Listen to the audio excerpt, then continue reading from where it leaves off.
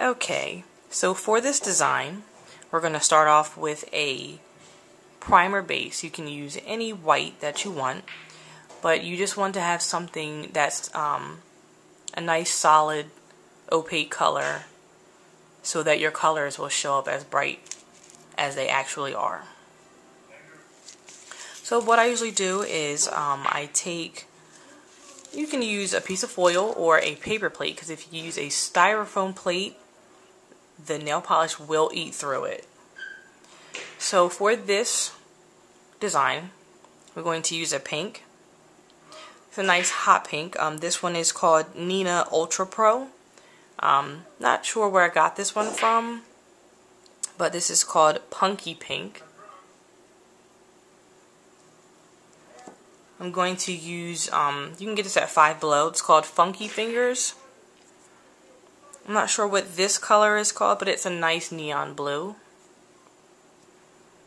And if you any type of yellow that you have, I wanted to use a neon yellow for this, but I can't seem to find it. So I just have a yellow nail polish that I got from the Gap. This is called Dandelion. I'm not sure if you can see it. It's kind of blurry, but that's okay. Okay, so I'm just using regular makeup sponges here to dab on the color that I want to get that foamy, spotty gradient look. So I just start at the base of the nail and just dab on, and it's going to get on the edges of the skin, but that's okay.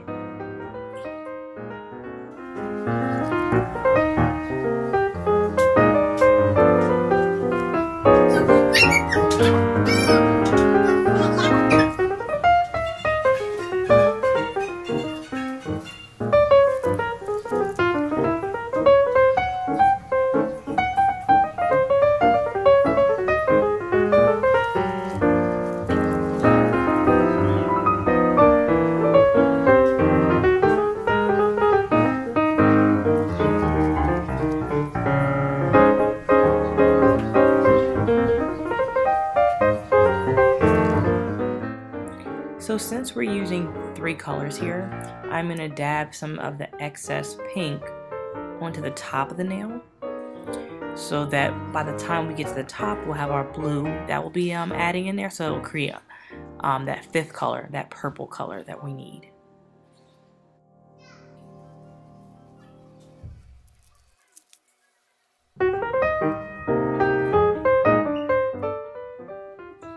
So now I'm going to add in our yellow, and you want to overlap the yellow onto the pink because we're trying to create that orange.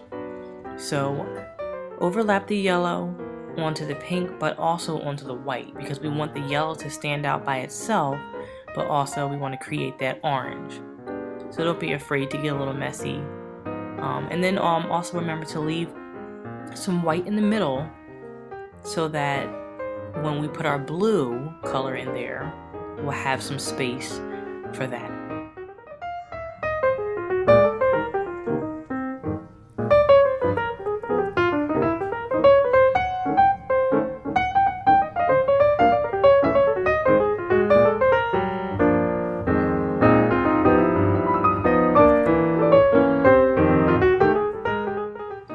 Okay, now it's time for the blue. So I'm going to dab the blue in between that yellow and the pink. Make sure that you overlap onto the yellow and the pink so that you can create those 2 colors that we were talking about. As you can see, the green is starting to form and some of the purple up in the right corner, as you can see.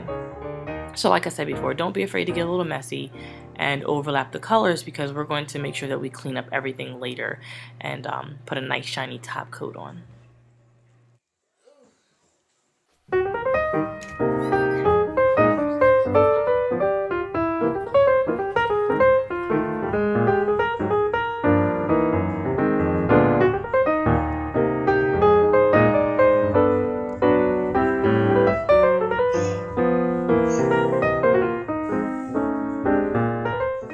Okay, so here is a black striper tool that I use. It's a combo.